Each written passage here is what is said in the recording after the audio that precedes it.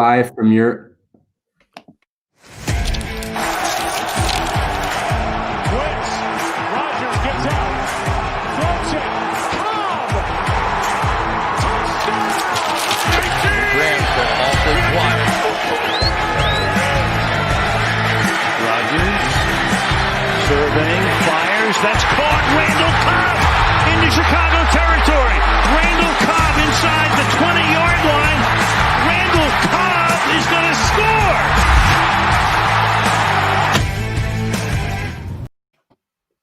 Welcome in, everybody, to another edition of Open Book. I am Eli Berkovitz here with Zach Jacobson, and we are here to talk Packers, recap Week 6, preview Week 7, and a lot of stuff in between, including answering all of your fan questions. But before we get started on the show, we have some, I guess you could say, exciting news and just some new stuff going on here at Open Book. So each week, we're going to be diving into whether it's a specific play or a player and whoever really highlighted for the Packers in the previous game and start doing some film breakdown here on Open Book. Literally, as they say, opening up the playbook. We're going to put it up on the screen for you guys, break down the plays, discuss it, and we're going to start doing that on a weekly basis starting as soon as next week. And that's going to be a lot of fun. And speaking of next week, Zach, as I told you earlier, we are excited to announce we're going to have a very special guest on Open Book. Matt Schneidman from The Athletic, who covers the Packers, will be joining us on Open Book next week. So make sure to stay ready for that. But that's the main news regarding the show.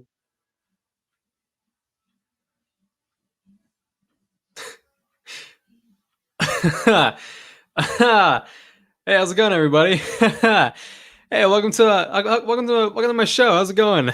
Hey, how's it going? All right, so how's it going? Anyways, Eli's back. I don't know what just happened there, but that was, my bad. My Wi-Fi just went out, but I'm back. But Zach, so why don't, before we get into the games or anything, why don't you I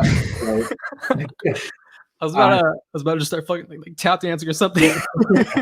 No, but just speak a bit more about the new segment we're going to add to the show and everything else we're going to be doing. Yeah, well, as you said, we're gonna be breaking down the plays. A big thing that a big reason why we called the show Open Book was because we wanted to answer. Yeah, I did look like a deer in the headlights. I was just confused. I didn't know whether I was talking about something. My screen went straight black. For a second, I was just like, I don't know what happens. Yeah, okay. The premise behind Open Book, the name of the show, why we came up with this was because we wanted to answer your fan questions. We wanted to be an open book for everybody pertaining to the games that were played recently or the games that are coming up. We wanted to answer anything that fans were curious about, anything. We're adding another dimension to that now. We're going deeper into the plays, deeper into what happened on the field, and we just want to break down why things happened the way they did. For example, an example that Eli gave to me before the show was Shannon Sullivan's pick 6 against the Lions in Week 2 when he jumped in front of Danny Amendola. A reason that happened was because of Rashawn Gary's pressure, what he did and how he pressured Matthew Stafford in his own end zone. If he didn't do that, that play may have never happened. So we're going to break down why plays happen the way they did, the catalyst behind these plays, and we're just going to kind of just add another dimension to what Open Book means. Yeah, no, I that's what I was excited about doing from the beginning, breaking down film and doing stuff like that, and we're going to start doing that as soon as next week, so everyone keep an eye out for that. But now I guess it's time to let's get to some news before we get to any recaps. We have some injury news, unfortunately. We have the biggest one, of course, David Bakhtiari didn't practice today. It's being labeled as a chest injury. Those are kind of weird. You don't see that very often. I don't know if that's like ribs or his chest. Have you seen any extra information on Bakhtiari? He didn't practice today. Today being Wednesday, just so everybody knows today's Wednesday. He didn't practice today. I think if it was anything specific or anything catastrophic, if it was a pectoral injury or something significant, it's going to keep him sidelined. I think we would know by now. like something that's going to cause him to miss 3 games, put him on injured reserve, I think, it definitely would have leaked out by now. Like he would have gone on Monday, gotten x-rays, anything like that. But I haven't seen any extra information regarding that. So I think it's probably, I don't think he plays this week. I think the Packers probably going to be really cautious with him the same way they were with Devontae Adams, considering he's one of their top 3, top 5 most important players on the team. You can make a case he is the most important player on the team, considering he protects Aaron Rodgers' blind side. Yeah. So, yeah, I'm with you, though. It wouldn't surprise me if they sat him out. The Packers always err on the side of caution when it comes to injuries, but we'll see. Like I said, chest injuries are kind of weird. I don't really see them that often, so maybe he'll be able to come back. But here, not B-roll. Sounds like Rick will be the starting left tackle. So this is something I wanted to bring up, obviously, with the Bakhtiari injury. I don't know about you, but I personally did not think Rick Wagner looked all that suited to be a left tackle on Sunday. You agree with me or no? I thought he was serviceable. I think that was probably the best word to describe him. I thought he was kind of like the same way I looked at Ty Summers, the way he stepped in and filled in New Orleans back in week 3. Mm-hmm. He wasn't spectacular. He didn't jump off the page, but considering the situation, considering he stepped in, and all the variables that were at play, I thought he was serviceable. I thought he did a decent job. I don't know if that's going to be a good enough job to withstand the next however long without David Bakhtiari. We don't know how long it's going to be. But I thought he held up. It's also important to consider who he was up against, who he was facing. Yeah. This very, very good defense. Yeah, getting thrown to the wolves like that. Yeah, with the JPP and Shaq Barrett. Yeah, that's the tough matchup. Yeah, exactly. So that's definitely something important to consider. So when I can actually say I did, in preparation of the show, I did actually watch the film.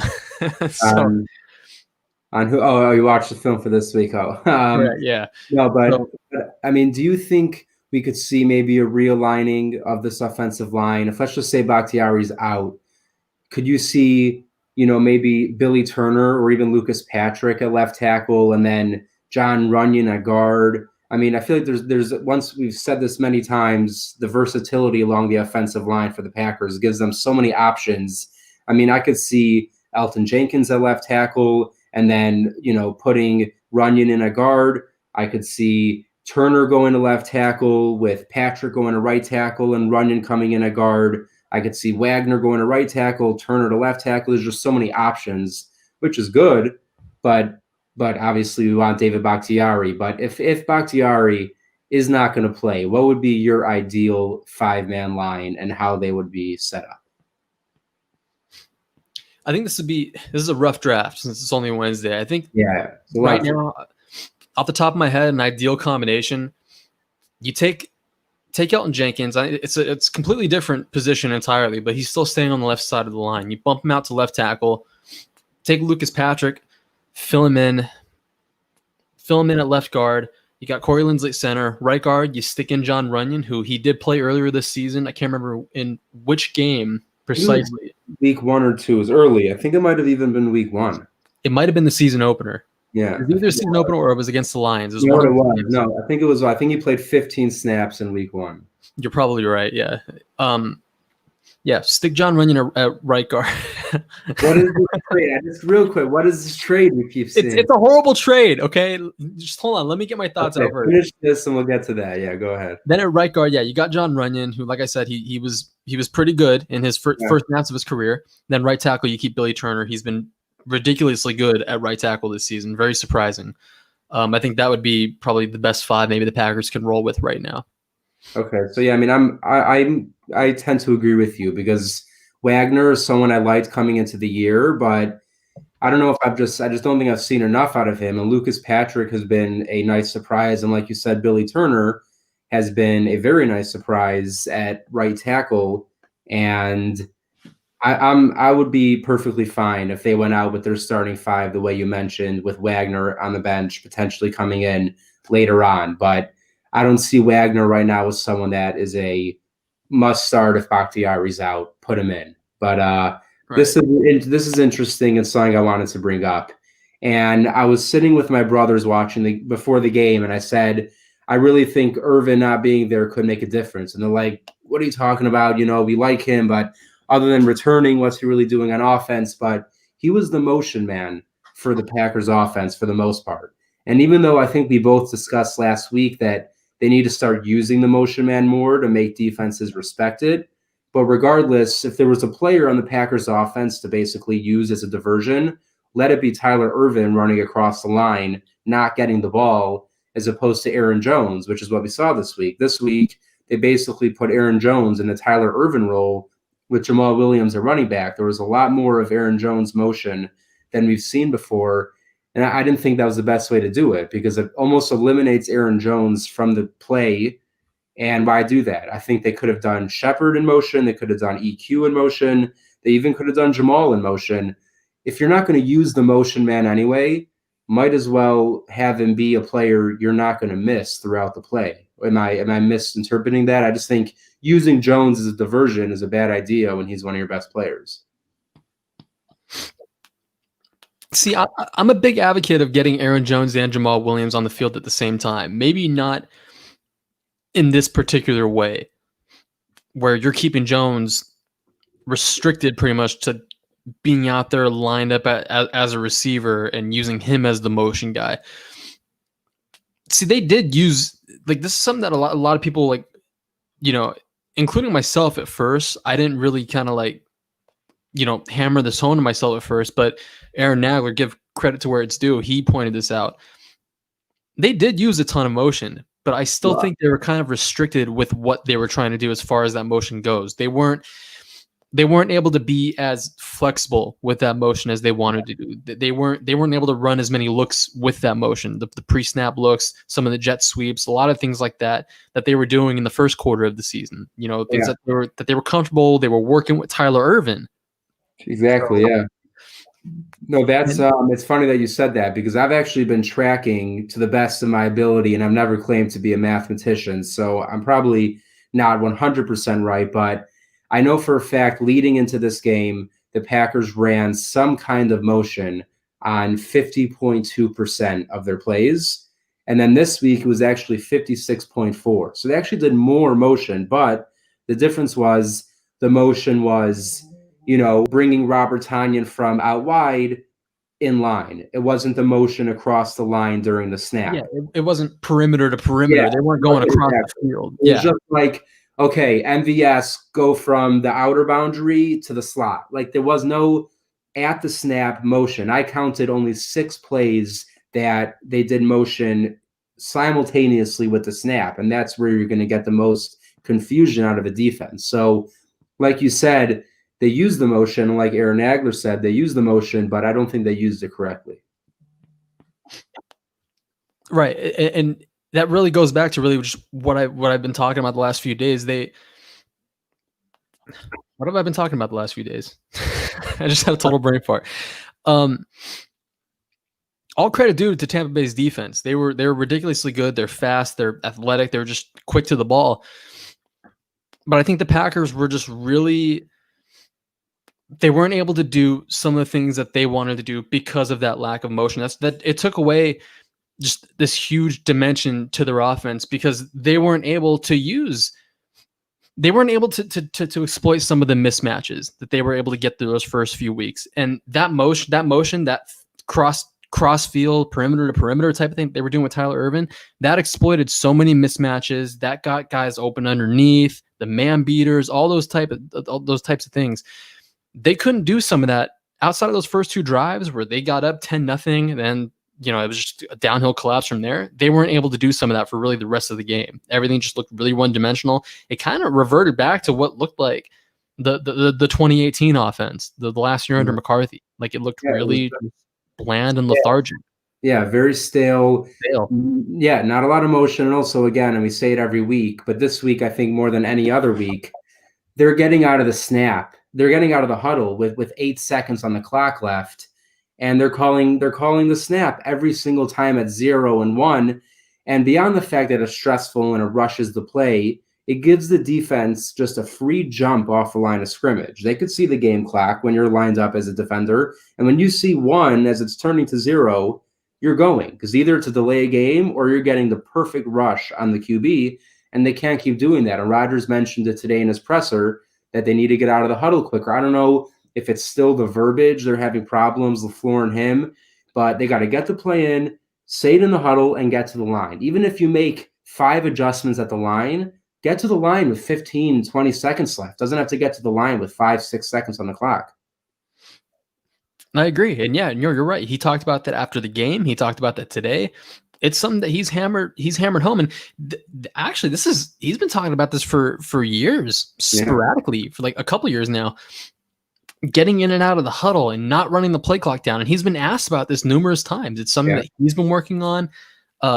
He's been stressing. Reporters have been asking the coaches about this. It's something that's just bugged the Packers. It's like a monkey on their back. And in their defense, it hasn't really been that much of an issue. The first 4 weeks of the season, it wasn't really an issue, at least a noticeable one, to the point where they weren't running the clock down. And because you're right, it's just predictable. I mean, obviously, you're running the clock down. You got to snap the ball, or you're going to play a game. That's my biggest problem. A lot of people sit there and they get nuts because they're going to rush the play, and then it's going to be delay a game, or you're not going to be in the right mindset. For me, I'm just saying, if I'm a defensive end and I see that 1 on the game clock and it's shifting to 0, I'm off. I'm going, and it puts our tackles and our offensive line at a huge disadvantage, no matter what you say. And I tweeted about it, and I said Rodgers always loves to, read the defense as late as he possibly can. And I get it. You're a genius, and you could read the defense and see their adjustments and their motions. But at a certain point, snapping the ball at 0.5 seconds on every other snap is not going to help you, because you're not going to have any time to get to you're going to read something, think you have a good play, and then get sacked because your offensive line's not going to have a chance because the other team's coming in so quickly. But and I thought this was a big reason why he started wearing the wristband, just to get the plays out quicker, get the calls out quicker in the huddle, just to shorten some of these elongated play calls, so they don't take this long, and because they're hard to remember, condense the play calls.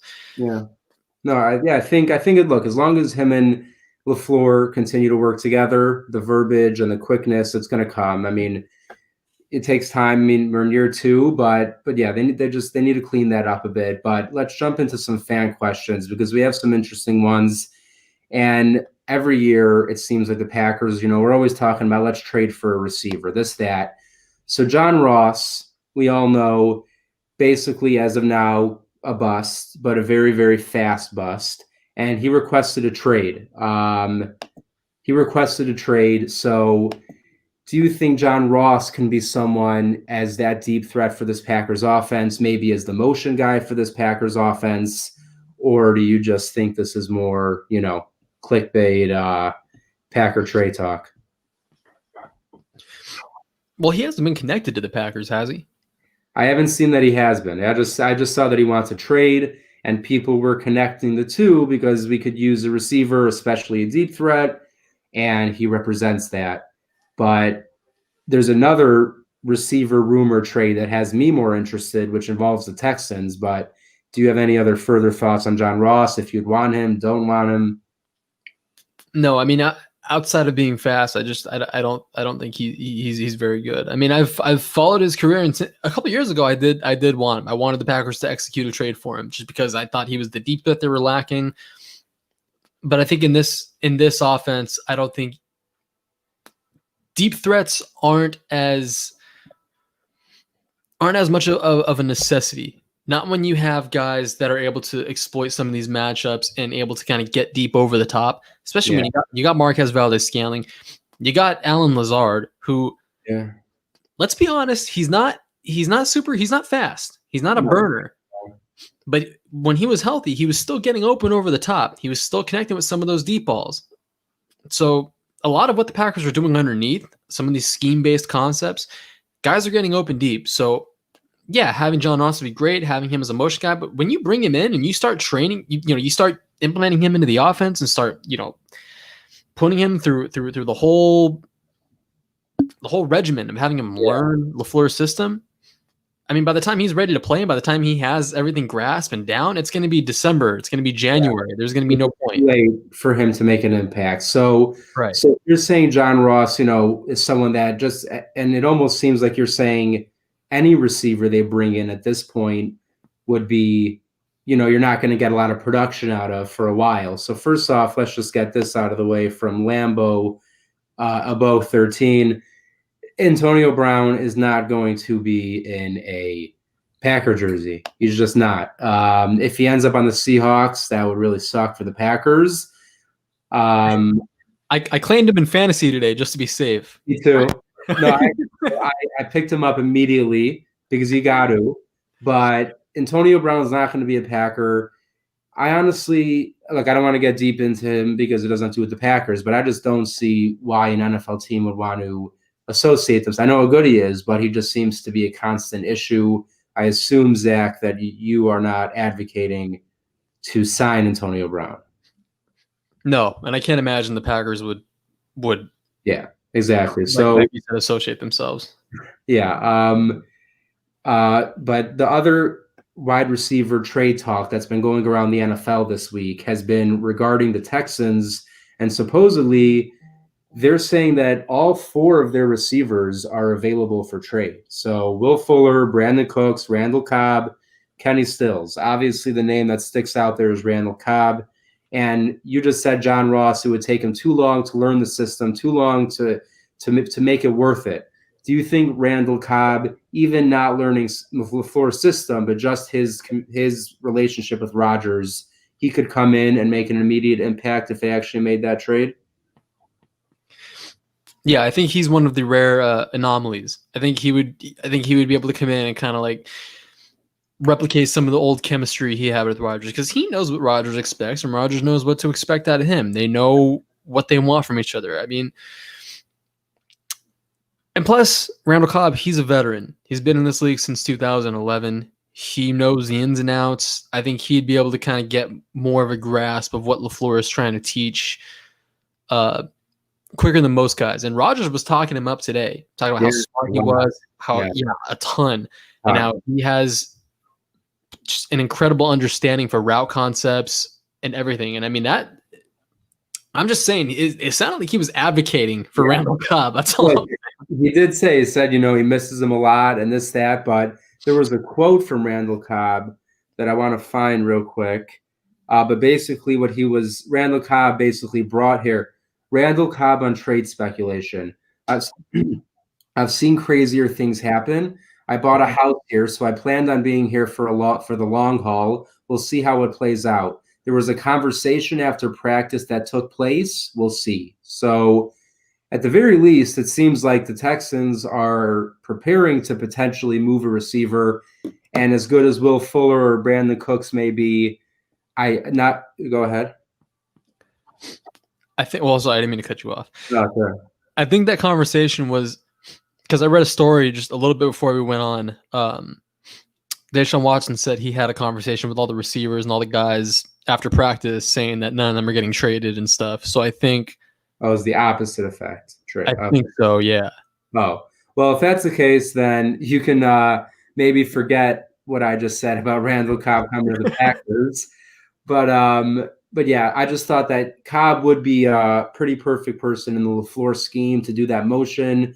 You could even have him doing some trick plays. We know he could throw the football. He used to be a quarterback, stuff like that. But we know the Packers. We know making a move for a wide receiver is highly unlikely. But the Packers did make a move this week, yesterday, Zach, signing linebacker James Burgess from the Falcons practice squad, formerly with the Jets and the Browns. And I don't know what he was doing on the Falcons practice squad, because from the film I watched, he looked pretty good. Have you had a chance to check him out?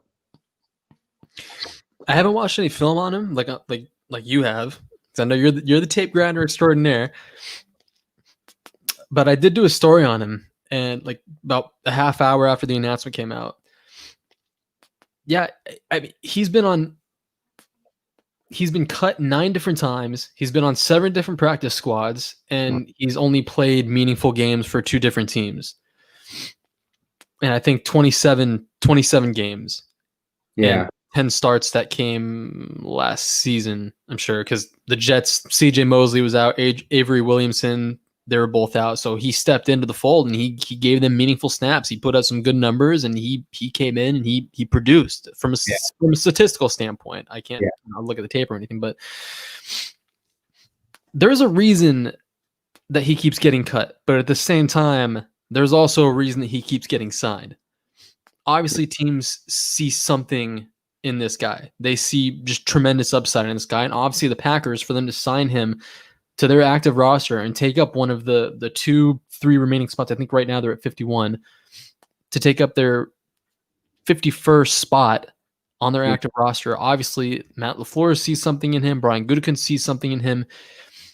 Who knows? I don't know if this means it's bad news on Kamal Martin or if it's bad news on Christian Kirksey. Maybe they're going to be out for a little bit longer and we have to wait for a return from IR. Who knows? But I like him. I like his measurables. I like the guy's heart. From the stories that I've read on him, he's a football player. Like that. That's the best way you can describe it. I don't mean to sound like John Gruden or anything. Like, man, he's a football player, man. Did you see that quote? It was from one of his former teammates. So basically saying one of his teammates advocating the coaching staff very strongly to get him in the game. And the quote was like, this guy's a player. He knows what he's doing. And I didn't watch, look, he got signed yesterday. I didn't watch his entire career, but I watched a lot of his 2019 film. I didn't even go back to his rookie year where he had 4 sacks as a rookie for the Browns. I just looked at last year, and it was impressive, man. He played 10 games for the Jets. He had 80 tackles, 8 for loss. So, I mean, you're looking at 8 tackles a game with a tackle for loss per game. He had an interception. And more importantly, when I watched him, I really felt like he actually had the brain and knew what he was doing at that middle linebacker spot. And in coverage, he was very good. I posted a play of him covering the running back angle route, which we all know is one of the toughest routes to cover as a linebacker, when the guy's going out and then he cuts back over the middle, the running back. And he didn't miss a step, and he swiped the ball down incomplete. Like that was very impressive to me. So we'll see. I mean, it seems like the middle linebacker room for the Packers has gone from like empty to like a ton of like depth, but no real stars. So we got to see how it shakes out. But do you think he makes an immediate impact? I think him making an impact is going to probably start on special teams. I think if he can make a name for himself on special teams of all places, and I mean, you never know. I mean, look at how Ty Summers got his shot. You know, I mean, an injury happened to Christian Kirksey a few snaps into the game. He went and played 44 snaps against the Saints. Didn't leave a lasting impression enough to take the reins from Chris Barnes and come in as a starter, but he still came in. He got his shot. If James Burgess gets that shot, that could be all it takes. This third opportunity with a third team to play meaningful regular season reps, that could be it. This guy keeps getting opportunities, like I said, for a reason. He plays, as Labo 13 here said, there's no lack of physicality with him. He's a thumper. And as you pointed out, he plays aggressively and he plays with brains. So who knows? I'm excited to see what he can do. I just feel like a lot of times the Packers sign people and then you just never see them, and it's just weird. But I don't get that sense from this guy because he actually looks like he could play. I was gonna say Ryan Grant. By the way, that was my first example, but I'm like, it almost felt too obvious because it was like they signed Ryan Grant last year. People got all excited. Was he activated at all last year? Did he catch him? He literally was not. He was not activated. And they never activated him. So look, we'll see. They signed Burgess to the 53-man, so at least for now he is. But we got an interesting question here from David Henderson on Facebook.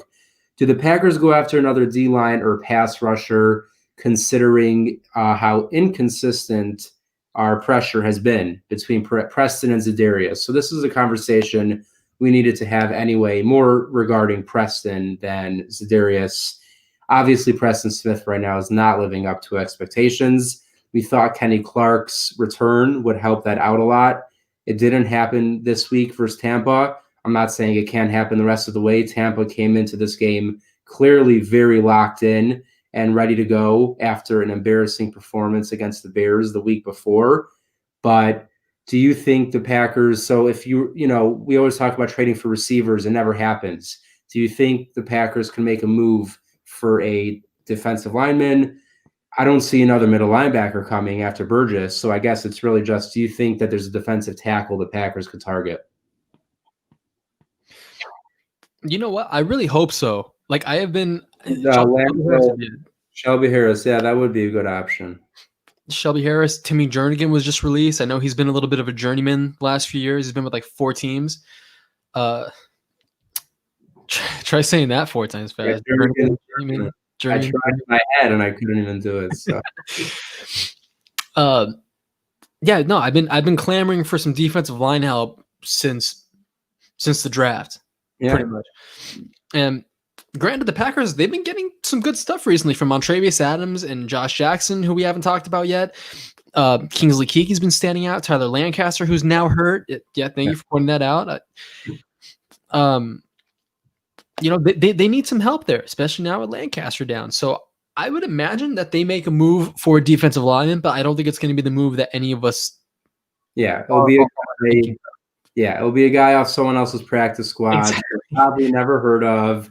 Off of the practice squad, off of waivers, some dude who just comes in, maybe gets, or maybe a dude they sign to their practice squad and gets 1 or 2 elevations. Yeah. Yeah, I don't see them making a big move for the interior of the defensive line, which I might not really agree with, but that is what it is. But now, we covered mostly Tampa, but we didn't really get to talk a lot about the game. So just real quick, just a recap of the Bucs game. I mean, I personally believe, that pick six really just flipped the whole game script. I think it just kind of had the Packers shell shocked from the beginning.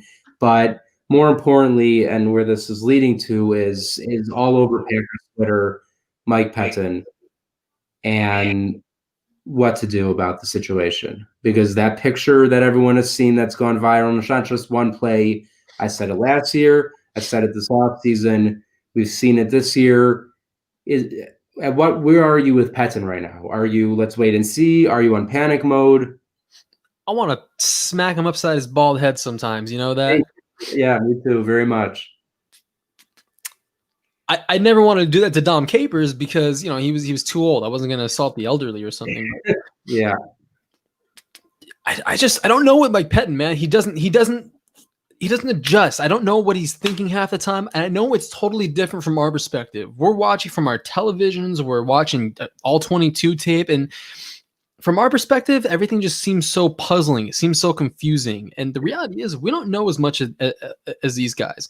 And for as weird as it is to see them playing so far off on 3rd and 2 against Tom Brady and seeing Mike Evans and Chris Godwin lined up out there, and all Brady has to do is complete a simple layup for a first down, and that's it. That's all they got to do to move the ball. Yeah. As puzzling as that is, maybe he sees something that we don't. I don't know. He's down there, we're not. But at the same time, on the surface, from what we do see, none of it makes sense. And I want someone to make it make sense for me. Anybody watching right now, or you, Eli, someone just make it make sense for me. What is the point of playing so far off of your goddamn receiver that you're playing so much soft zone, softer than Charmin? You're playing so far off. All they got to do is just stop at the stick, and it's a first down. That's it. Catch the ball. That's it. They move the stick. E equals MC squared. There you go. That's it. That's the equation. That's what it is. E equals MC squared. Well, I'm totally with you, and I think the explanation. Well, number one, there's 2 things. First off, Pettin's first year in Green Bay, he was in the booth, which I personally never loved. I never love when a coordinator's in the booth. I want him on the sidelines. But maybe Pettin's better in the booth. There is a different viewpoint from above where you can see things differently. So that's one thing. But secondly, and kind of like what Riley said here, Mike Pettin, and he hasn't been very shy about the fact that he's basically willing to allow teams to drive up and down the field as long as he thinks he could eventually force a field goal. Well, last year that worked. We were good in the red zone. That's not how it usually works. And for a defensive coordinator's game plan to just be, well, we're going to give up a shit ton of yards, but when it comes down to the 10-yard line, we're going to tighten up. That's not how it works. Yeah, and it's almost like teams adjust, not even just week to week, month to month, but year to year. Teams adjust. If you're going to let them drive down the field, they'll say, okay, we'll happily drive down the field. And this bend but don't break shit, you let it happen last year, and you were able to stop us and do whatever you wanted to do in the red zone. You were able to tighten up and do the whole bend but don't break thing. This year, we know how to get around that. We know how to score on you guys now. We know how to get past your little bend but don't break philosophy. We can score on you guys now, so it doesn't work anymore. And now teams, it's just... Yeah, and also the problem is bend but don't break, I feel like should be a philosophy of a team that doesn't really have a very good defense. But if you're looking at individual personnel across this defense on every level of the defense, there is elite players. Well, except for maybe in the middle linebacker. But I'm saying you're talking about on the front, in the front four, in the secondary, you have elite players, and your philosophy should not be bend but don't break. How about don't bend and play physical like you did when you were the defensive coordinator of the Jets, and they had the best defense in the league, and with Mark Sanchez almost went to a Super Bowl. You gotta be that guy. 2 years in a row. You gotta be Mike Pettin of crazy psycho-ass blitz. And no, it doesn't mean being irresponsible, but it means being creative and being aggressive and showing opposing offenses that they can't just snap the ball, stand in the pocket, have all day to throw in soft zone coverage, and then just pick you apart. And it's even worse because you know what? The teams go on 12 plays, 8-minute drives, and they result in touchdowns. It's not resulting in field goals, it's resulting in touchdowns. So he needs to start realizing that he has Jair Alexander and Kevin King and Amos and Savage. Yes, maybe Amos and Savage haven't been playing their best ball, but this is the best secondary the Packers have had in a very long time. If there's a time to trust your secondary, it's now. You blitz the guys that you paid a shit ton of money to, with Za'Darius and Preston and Kenny Clark, and bring guys in from the middle, or even bring in a safety blitz or a corner blitz, pressure the QB, and you're going to be a little bit vulnerable on the back end. But that's why you have Jair Alexander and Kevin King and good safeties. So Pettin, I just think, needs to shift his entire mindset of let's not lose and let Aaron Rodgers win to let's get back to putting Aaron Rodgers in positions to win. And these long, time-draining drives, these 15-play drives, whatever, it keeps your all-pro quarterback on the sideline. Who's having his best career, his best year in 6 years. Yeah. Keeps him on the bench. Keeps him sitting on his ass. Like you said, there is way too much talent on this defense for them to be this bad. Yeah. And there were points where I felt this same exact way with Dom Capers when the Packers had tons of talent on their defense, but they were ridiculously bad. I'm not talking about 2016 because early, like 2011, not in 2011, but more like 2010, 2012, 2014. Well, you could say 2011 too because they had a pretty decent secondary in 2011. Yeah, but somehow they had the worst defense in NFL history. Right. But you know what? Look, in the past, we've gone into seasons with, MD Jennings and Jerron McMillan at safety because Ted Thompson just ignored that position in the draft. So, we've seen that in the past. But yeah, I agree. There's too much talent on this defense where, again, we always say it. We don't need a top 5 defense. We don't need the Baltimore Ravens defense or the Pittsburgh Steelers defense. Just be top 6. Be average. Just be average. And Aaron Rodgers is probably going to win you the game. But if you can't be average and you're giving up 38 points, it's not going to work. I go back to 2015 with that average example. They were pretty good in 2015. I would say they were average, maybe like in like 12 to 15 rank range. They were pretty good. The offense was bad that year because in that playoff game, they had James Jones, Jared Aberdarius, and Jeff Janis out there catching passes. The offense struggled from week 7, week 8, moving on to the rest of the year. That was probably, if the offense was good and they held up their end of the bargain, that team could have probably gotten back to the NFC Championship, maybe gone to a Super Bowl. Who knows? But that all Aaron Rodgers has ever needed was just an average defense. And I feel the same right now. If this offense, the way it's humming, sans how they played this weekend, the way they've been humming, if this defense was just remotely average, then it's another football. Yeah. Yeah. Plain and simple, we've known this for 10 straight years. The Packers defense has never needed to be the elite of the elite. It's just needed to be good enough where you give Aaron Rodgers a chance. Because if Aaron Rodgers has a chance, he's usually going to make it work.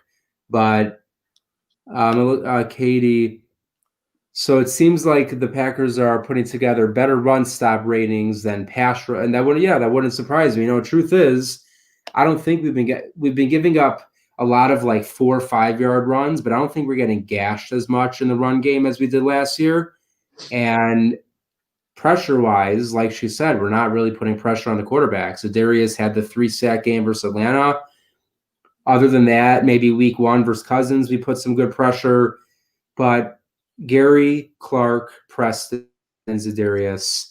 That's it. That's your front four, and you guys need to start putting consistent pressure on QBs, and then add in a 5th or 6th blitzer if you'd like on occasion. That needs to be part of the thing. But they paid Za'Darius and Preston and Kenny Clark a lot of money, and right now we need to see a little bit more out of them. Whatever the hell they got to do to make it work, I just don't want to see Kenny Clark and Kingsley Keke dropping back into coverage anymore, because it just doesn't make sense. Montravius Adams was playing coverage. Why is Montravius Adams playing coverage last week? He did. Made no sense. Like if there was a time for me to send the meme of the guy and the cigarette. Yeah, he's back to coverage. Like, what in the hell are you sending Montravius Adams into coverage? The guy's a 300-pound nose tackle, and like we said, we were going to talk about him and Josh Jackson. Montravius Adams is looking really good. Casey, I mean, not specifically Janelle. I mean, I think Casey's used better, rushing the passer. Look, the BJ Raji play comes to mind. It could work. Dropping a defensive tackle occasionally obviously work. Like, it's part of defensive game plan, but we've been seeing a lot of it, and I think a little bit too much. But we were saying before, Montravius Adams, he's finally starting to maybe look like he's going to live up to that 3rd round pick. I mean, the box score numbers might not look. I had a feeling. Yeah, we know, we know, Jenno. But the numbers may not look great on the box score for Montravius Adams, but you could see he's playing, I mean, completely different football than we saw his first 2 years in the league. I mean, he's throwing interior offensive linemen to the side. He's running people over. He's making tackles. He seems to be like a real force in the middle. So I'm not saying he's going to be, the next Kenny Clark, but a couple months ago, we thought this guy was a total bust potentially. So I'm very happy about what I've seen out of Adams. How about you? And then I guess go into Josh Jackson as well. Yeah, no, I mean, he made those 2 plays that we talked about. It was back-to-back plays. One was a tackle in the backfield, and then one was just a complete stop at the line of scrimmage. I thought it was very impressive, and he's strung together a couple consistent performances. And, we hear Matt LaFleur talk about how important it is all the time to stack success, build upon your last performance. So, it's going to see if he can continue that going into Houston this week. Cause he's been very good. And if the Packers can just keep getting more out of him, then, I mean, who knows? Maybe this defensive line acquisition that we've been talking about, maybe he's been on the roster this whole time. Who knows, But yeah, look, let's be real. I think we can all agree that Adams, Lancaster, and Keke have all played better than we could expect. Absolutely. They've been ridiculously just exceeding expectations. I didn't expect Dean Lowry to completely fall off the radar. He's gone. In my opinion, all three of the guys I just named, including Kenny Clark, of course, should be ahead of him on the roster, on the depth chart. Dean Lowry he's just a non-factor at this point. He is a simple non-factor. And it really sucks, because I did have high expectations for him. I had high, not expectations, hopes. I liked him. I think he was like kind of a fan favorite. People really liked him. He was one of those guys that was no one really knew, and then he was like good his first couple of years. Then he had that touchdown against the Bucs, and then everyone really loved him. And they gave him that contract, which again at the time was, it wasn't like a ton of money, but it was 3 years, $20 million for Dean Lowry. I was like a little bit, okay, this guy better be ready to really step up his game, and it's been almost the opposite. So like you said, I don't know how much of an impact Dean Lowry is going to make the rest of the year, but Zach, we're running on time here, and we haven't had a chance to talk about the Texans coming up. Riley, you're not going to fight Dean Lowry. He'll eat you alive, okay? Just shut up. Yeah, don't fight him. That would be a really bad idea. Yeah. Just like Aaron Rodgers is not going to fight Ndamukong Suh, you should not go and fight Dean Lowry, because that probably won't end well. But Zach, real quick, so we've got a matchup against a 1-5 team, which usually when you're 4-1 and you're playing a team that's 1-5, you probably think, okay, this is going to be pretty easy. But I think you can agree the Texans are in your 1-5 team. Deshaun Watson and that offense. Their defense is obviously not very good.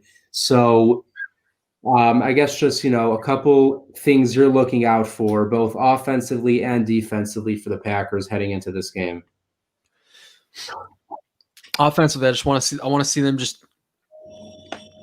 string together consistency. I want to see them just kind of not have kind of like a layover from last week. I don't want to see the way they played last week. Some teams are vulnerable from having that same performance kind of linger and kind of just draw out into the week, into the following week. All this talk about how the Packers are going to bully their upcoming opponent and, the Texans are the perfect opportunity for them to get back on track. Yeah, they are. But this is also a team who, ever since they got rid of Bill O'Brien, they canned him, he hit the road. They've been playing pretty good football. They beat the Jaguars handedly. They took the undefeated Titans to overtime. Deshaun Watson has had his 2 best games of the year. So, yeah, and I think for the defense, getting to him and preventing him from both running wild and passing wild, I think that's going to be a key for the defense. So generating pressure is the way to do that. And that's something that Packers have really struggled with doing consistently. It's been really sporadic for them getting to the quarterback this year. And I thought getting after Tom Brady was going to be the key last week, and they weren't able to do that. So if they can do that this week, all I know is if I see J.K. Scott 7 times, I'm going to lose it. Yeah, that goes back to the offense. I mean, J.K. Scott had 7 punts entering this week's game, and then he punted 7 times. I mean, that is as telling as it gets for what this offense did this past week. And like you said, in regards to defending Deshaun Watson and mobile QBs or Lambeau, it is true. I might have been more of the Dom Capers era, but we all know what mobile QBs have done to the Packers in the past. So obviously, having a spy on Watson and being able to set those edges with Zadarius and Preston and kind of locking him in the pocket will be very important. So defensively, like you said, that's my key. Keep Watson in the pocket. Don't let him scramble miracle plays on you, and don't let Will Fuller and Brandon Cooks beat you deep. I think we have the capability to do that and more. And then on the offensive side of the ball, we know the Texans defense is very, very bad. So this, like you said, it's the perfect get right game, at least offensively. And again, like you said, I want to see them doing what they did the first 4 weeks. I think even though Tyler Ervin only has 9 touches this year, his return will help that a lot because he's going to be that motion man, allowing Aaron Jones to do what he does. But regardless, the offense just needs to stay the course, do what you're doing. It's been working. Like Roger said today, when they asked him about figuring them out, he said, well, 1 out of 5. We'll see if the Texans defense can figure it out. I don't think they can. And I don't think it's going to be an easy win. I don't think the Texans are a bad 1-5 team. They're a good 1-5 team. And to throw out a score prediction, last night on Split Division podcast, I said 38-31, but I actually think the Packers defense is a little bit pissed off, and I think they're going to come back a bit angry. And I'm actually going to go with more like 38-27, give the Packers even bigger win. No, you can't change it. You can't change your score. Once you say it once, you already locked it in. Well, that was, it was a different show, it was a different time. But either way, I'm saying the Packers score 30 plus and win this game. How about you? All right, I say 34-22. No, 34-23. Okay. I mean, yeah, that's. I think the defense tightens up in the red zone, and I think they hold the Texans to a few field goals. Yeah, I think, in the red zone, I think the biggest key is just going to be not allowing Watson to end up running it in, because I believe that none of the receivers on their team, except for maybe Randall Cobb, is very good in the red zone. Brandon Cooks is not good in the red zone. Will Fuller is not that fade thrower that Hopkins used to be. Cobb, I mean, I'm sure you saw Randall Cobb's touchdown this week. Mm-hmm. Vintage Randall Cobb. I mean, I wish it was Aaron Rodgers throwing him that ball because it was so perfect. But, yeah, red zone, make some stops, force them to kick some field goals. And if our offense is playing the way it did the first 4 weeks, I think we're going to be fine. But Zach, we've gone almost 50 minutes, and we haven't had any terrible or awful TV takes. And we know that that's what the fans are waiting for. So I just wanted to say, even though I'm about 15 years late, I have been binge watching 24, which, Zach, have you ever watched 24? I hope you have. I remember watching it with my parents a few times when I was younger. Exactly. When I was growing up, I would watch it with my parents, and in my head, for the last 10 years, I thought, I saw 24. I know 24. I started watching it probably about 2 weeks ago. I'm in the 6th season, and there's 24 episodes per season, okay? I have been addicted, and you know what? Anyone who wants to say that is a bad TV take, come at me, because 24 is phenomenal. Do you have any TV takes? Yes. One of my favorite shows that I watched during the whole quarantine thing. I actually started watching it last year, and then I stopped after the first season, but I got back into it back in June a few months ago. I don't know if you ever watched Peaky Blinders. Everyone's been telling me to watch it over and over. It looks good, and I like the actors in it. Yeah, you need to watch it. It's ridiculously good, and it's so HBO, right? What was that? HBO, right? No, it's on Netflix. Oh, it's on Netflix? Yeah. Okay. No, that's a show that so many people have recommended to me because it almost seems like a Boardwalk Empire kind of vibe. Like, I don't know what age it's in, but it's just like old-timey suit people, and that's always cool. But it's British, right? It's like all British people. Yeah, they don't talk with like it's Tuesday, isn't it? They don't talk with like a British accent. It's like they're like British gangsters. I can't remember what. Like whatever. It's like the 1920s, 1930s. Yeah, so that's what I thought. Okay, so I'll check that out. But that's your TV take for the day. Zach, accept the trade. No. Oh wait, let's hear it. Let's hear what the trade is real quick. That absolute bozo wants me to. That bozo wants me to trade him Justin Jefferson for Myles Gaskin. What was it? Miles Sanders for Myles Gaskin? No. Justin Jefferson for Myles Gaskin. No, don't do it. All because I tried trading him Devontae Parker for Myles Gaskin, which I thought was relatively fair. I thought it was a decent trade. I had Myles Gaskin a few weeks ago, but I released him for someone else. I forgot who, but now I'm trying to get him back. Yeah. So I actually I picked up Myles Gaskin in like week 2, and I traded him for Will Fuller, and I have been very happy with my returns because I got Gaskin for free, and Fuller's been terrific.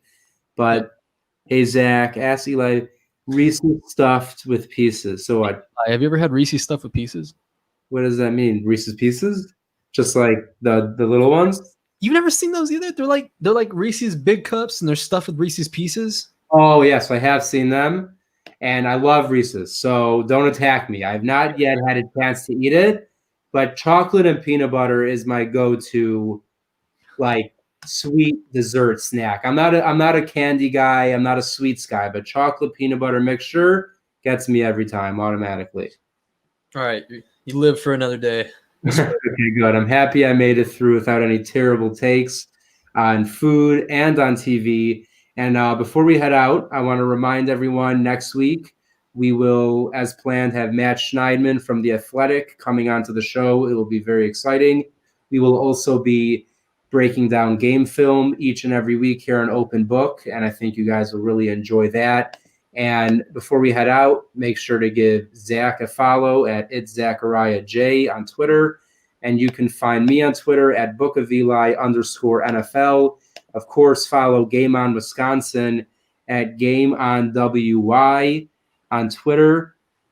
And this guy threw everything out the window. Okay, King of the Hill, I was probably like 7 years old when King of the Hill was a thing. I didn't have the chance. It's still a thing. It's still on. I know it's still on. But just like this is still on, Family Guy is still on, The Simpsons are on, American Dad is still on. I mean, I never watched The Simpsons. I shouldn't have said that. Family Guy and American Dad are my go-to animated TV shows. And Janelle, you're very true. I did have a great show. Zach, I thought you were wonderful, but I guess Janelle thought differently. Zach, what did I do? The Simpsons? Or are you a Simpsons guy? Worse and worse. I'm sorry. The Simpsons, again, it started like 10 years before I was born. So by the time I got to it, it was too late. It was just too late, man. It's probably best we just end the show, man. Yeah. I don't want to get myself in more trouble with everyone else, but thank you for tuning in, everybody. We're going to be back next week. Make sure to tune in. We will have Matt Schneidman from The Athletic. And stop bringing this up. I actually watched, by the way, Zach, I watched a few episodes. It was actually pretty funny. I didn't get some of the jokes because it was a random episode or two, but I laughed. So I am going to continue to give South Park a try. And for everyone out there, if you haven't watched 24 in the last 15 years, you should do that. And we'll see you all next week, everybody. Thanks for watching. Goodbye, everybody.